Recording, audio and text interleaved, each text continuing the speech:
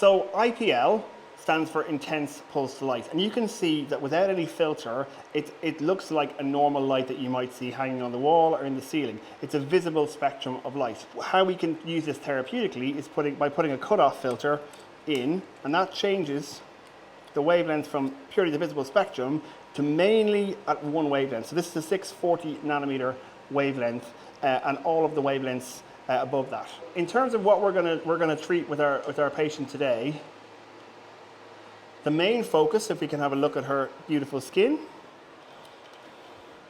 are benign pigmented lesions, solar lentigos, and just sunspots on the face. So we're going to do a test patch of a couple of shots in front of the ear, and you can see the gel there, and that's primarily to conduct the light, so we don't tend to just put the IPL head on the surface of the skin. The gel is really important to allow that conduction. So one of the other devices that I really like in the clinic is our Zimmer chiller. This is basically a machine that blows cold air onto the area that we're treating. So what does it do? It helps significantly with the pain, particularly from IPL treatments, and makes them really quite comfortable, but also post-laser procedures, it allows us to cool down the skin. So after any resurfacing, whether it's a non-ablative procedure or particularly after fractional CO2 laser, this is an absolutely fantastic device.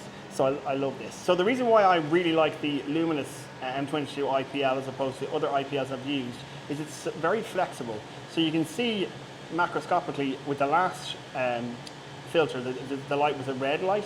Now this is more like a yellow light. So this is a 590 nanometer cutoff filter. And most of the main vascular wavelengths are around 585. So this is a really good treatment for treating thread veins and for rosacea.